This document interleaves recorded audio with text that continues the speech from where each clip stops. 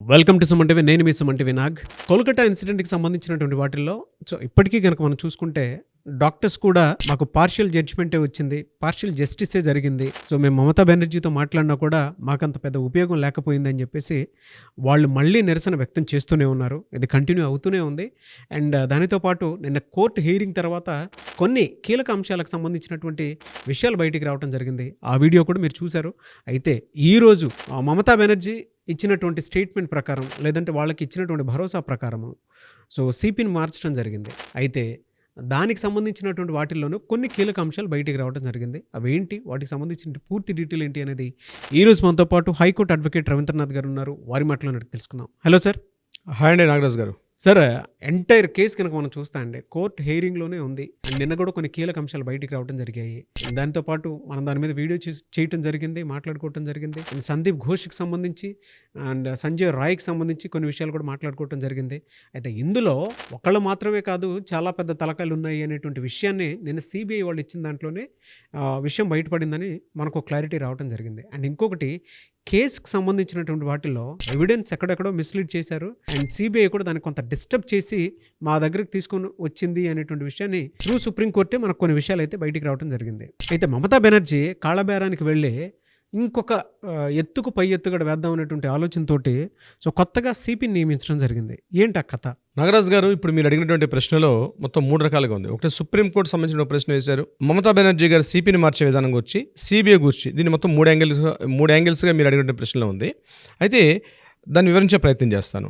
CBI report ఏదైతే submit చేశారో సుప్రీంకోర్టులో, సిబిఐ మన చంద్రచూడ్ గారు, మన ఎవరైతే చీఫ్ జస్టిస్ చంద్రచూడ్ గారు ఆ సిబిఐ రిపోర్ట్ని చూసి కొంత ఆశ్చర్యానికి గురయ్యి ఆయన ఒక స్టేట్మెంట్ ఇచ్చారు. మనం అది లైవ్లో నేను విన్నాం కూడా. ఈ రిపోర్ట్ చదువుతుంటే నాకు చాలా ఆందోళన కలిగిస్తుంది, నేను చాలా కలవరపడి చెందుతున్నాను, చాలా టెన్షన్ గురి చేస్తుంది, అసలు ఇంత ఉందా అన్నట్టుగా ఆయన ఒక ఎక్స్ప్రెషన్ వ్యక్తపరుస్తూ ఒక స్టేట్మెంట్ రిలీజ్ చేశారు. ఎందుకంటే ఆ సిబిఐ రిపోర్టు నేను యాక్చువల్ రూల్ ప్రకారం నిన్న ఆయన బయటికి రిలీజ్ చేయాల్సి, ఏదైతే సీల్డ్ కవర్లో సిబిఐ వాళ్ళు అందజేసిన రిపోర్ట్ని నిన్న సుప్రీంకోర్టులో ట్రయల్స్ జరగాలి. యాక్చువల్గా నిన్న జరిగిన సిచ్యువేషన్ ఏంటంటే సిబిఐ వాళ్ళు ఇచ్చిన సీల్డ్ కవర్ ఏదైతే ఉందో దాని గురించి ట్రయల్స్ జరగాలి. కానీ ఎప్పుడైతే వీళ్ళు అందజేశారో అందులో ఉన్నటువంటి మెయిన్ పేజెస్ చదివారు. చదివిన తర్వాత అప్పుడు చంద్రచూడ్ గారు ఏమన్నారంటే, ఈ రిపోర్ట్ నేను ఈ ట్రయల్స్లో నేను ఇప్పుడు మాట్లాడలేను, చాలా ఆందోళన కలిగిస్తుంది, నాకు కలవరపాటు గురి చేస్తుంది. ఈ వర్డ్స్ ఆయన యాజిటీస్గా నేను చెప్తున్నాను మీకు, ఈ వర్డ్స్ ఆయన వాడడం జరిగింది. ఆందోళన కలిగిస్తుంది, చాలా కలవరపాటు గురి చేస్తుంది, కాబట్టి ఇప్పుడు నేను బయటకు రివీల్ అయితే చేయలేను. నెక్స్ట్ వీక్ మళ్ళీ నేను ట్రయల్స్ ఉంటుంది, ఆ ట్రయల్స్ దీనికి సంబంధించి మనం మాట్లాడడం జరుగుతుందని చెప్పి ఒక మాట అయితే ఆయన స్పష్టంగా చెప్పడం జరిగింది. అంటే సంథింగ్ ఏదైతే August 9 rape and murder case సంబంధించి ఏదైతే ఉందో, బహుశా చాలా క్రూషియల్, చాలా ఇంపార్టెంట్ ఇన్వెస్టిగేషన్ చేశారు సిబిఐ వాళ్ళు. అందులో అది బయటకి రివీల్ చేయలేదు. అవన్నీ చూసిన తర్వాత ఆయన మాట్లాడిన మాటలు మాత్రం మనకు కొంత అర్థమవుతుంది ఆయన చెప్పినటువంటి వర్డ్స్ని బట్టి. బహుశా నెక్స్ట్ వీక్లో ఆయన ఇచ్చిన ట్రయల్స్లో అది రివీల్ చేసే అవకాశం ఉంటుంది. ఇది సిబిఐ సంబంధించి.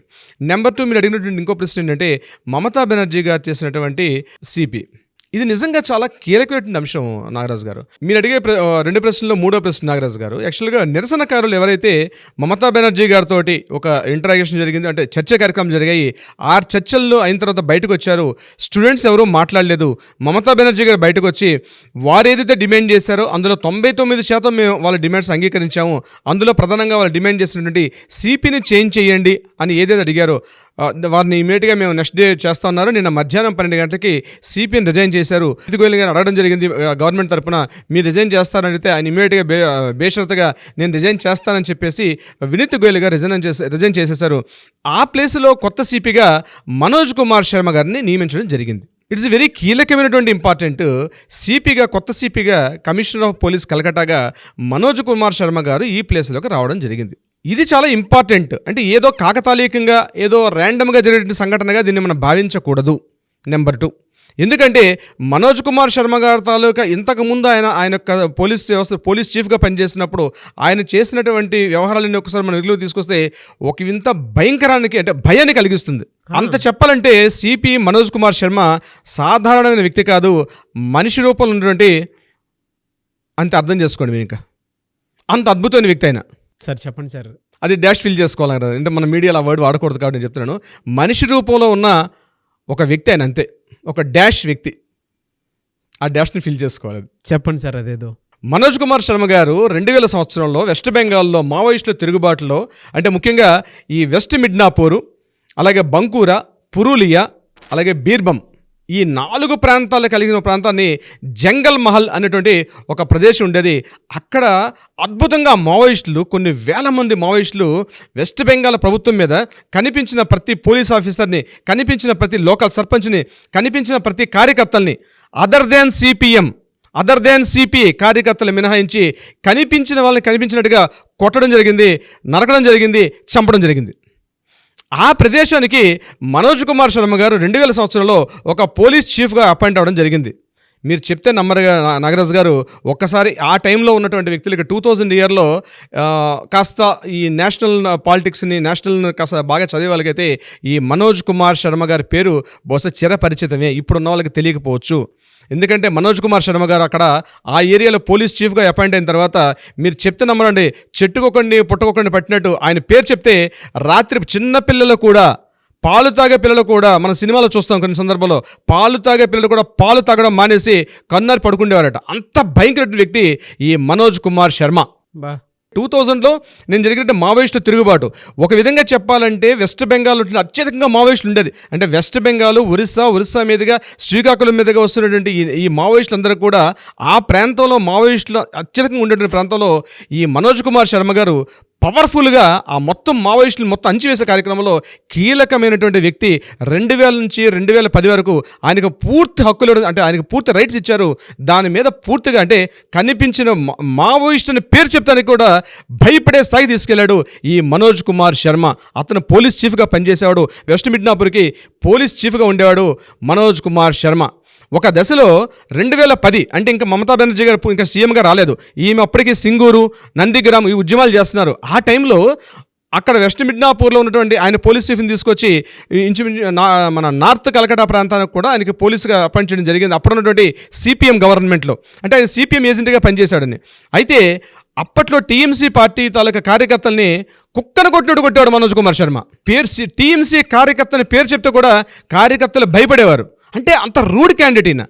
చివరికి మమతా బెనర్జీ కూడా ఆయనకి భయపడిపోయి, ఇతని సిపిఎం ఏజెంట్, ఇతను నేను పవర్లోకి వచ్చిన తర్వాత ఇతను క్షమాపణ చెప్తే కానీ నేను సీఎం పోస్ట్లోకి ఎక్కను అని మమతా బెనర్జీ గారు కూడా ఒకసారి స్టేట్మెంట్ ఇచ్చారు 2010 ఆ ప్రాంతంలో. సిపిఎం ఏజెంట్గా ముద్రపడినటువంటి మనోజ్ కుమార్ శర్మ లాంటి వ్యక్తిని తీసుకొని తను పవర్లోకి 2011 వచ్చిన తర్వాత కీలకమైన పదవుల్లో చాలా చోట్ల ఏర్పాటు చేశాడు. కానీ ఈరోజు కలకత్తా జరిగిన రేప్ అండ్ మర్డర్ కేసు తర్వాత ఆ క్యాండిడేట్ని తీసుకొచ్చి ఈరోజు కలకత్తా పోలీస్ కమిషనర్ని ఏర్పాటు చేయడానికల ఆంతర్యం ఏమిటి?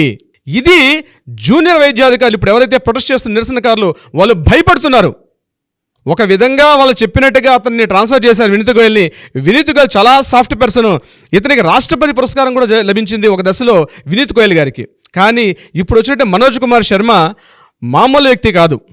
పోలీసు వ్యవస్థలోనే ఎంటైర్ వెస్ట్ బెంగాల్లో మనోజ్ కుమార్ శర్మ అంటేనే ఒక భయాన్ని కలిగించే వ్యక్తి. అంటే ఒక దశలో మమతా బెనర్జీని కూడా మమతా బెనర్జీని కూడా ఒక దశలో ఆయన అంత ముప్పుతిప్పలు పెట్టాడు. ఆయన అప్పుడు ఇంకా మమతా బెనర్జీ గారు చీఫ్ మినిస్టర్గా కాకముందు ఒక దశలో నాకు అతను క్షమాపణ చెప్తే కానీ నేను పదవిలోకి రాను అని భీష్మించు కూర్చుంది మమతా బెనర్జీ 2010-11 ఆ ప్రాంతంలో.